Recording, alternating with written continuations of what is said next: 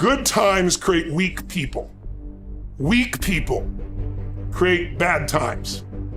Bad times create strong people. Strong people create good times. That's the history of the world over and over and over again. If you see somebody who's in really great shape, you ask them, do you work out? You know the answer, yes. In a seminar, I'll ask people, who here works out at least 5 days a week? And I'm stand up. And you look around that room, and you know that they work out 5 times a week because you can see their body. You don't just get a result without some kind of action, without some form of ritual. Ritual meaning actions you do consistently.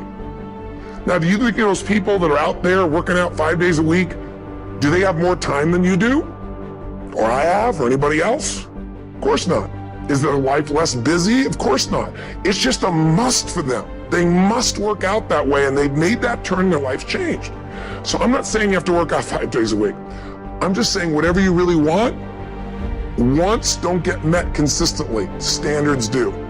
You need to hold yourself accountable. I hold myself to such a high standard as an individual. I don't make mistakes. I'm a professional. I know exactly how to act and exactly what to do. I do not need a woman to motivate me, to be my mother, to convince me to put the video games down.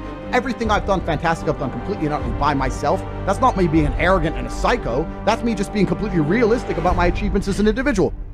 Average people use their time to whine and complain. And while I would talk like that, I end up getting kicked out of school. And while I talk like that, I end up being homeless. And while I talk like that, I was broke. And then one day I woke up and said, nobody's coming to save you. Nobody's coming to get you. But you can go to the library and get yourself. What we think about, we bring about. When you train your mind to serve you, and in your mind's eye, say to yourself, as I did, if they can do it, I can do it. They put their pants on one leg at a time. They breathe air just as I do. And so I believe that what you focus on the longest becomes the strongest. What is it that helped to develop their thinking, their character, their philosophy, their whole approach to life?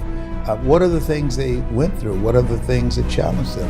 What are some of the things that I can learn and that will help me to get to that next level? When you work, that you create things, that you are working on yourself, you do your internal work and your external work, that you're going to be able to move yourself to a place to accomplish things that will literally surprise you, and things that you weren't even setting out to do. There are things that I'm accomplishing and things that I'm doing that when I started out, those things, they weren't on my agenda. But you begin to evolve to that level. You're literally creating a new mental blueprint and imagining and seeing yourself already living from the goal. You begin to do some things that most people look at and see as magical. It's not so much about changing your identity as there's expanding it.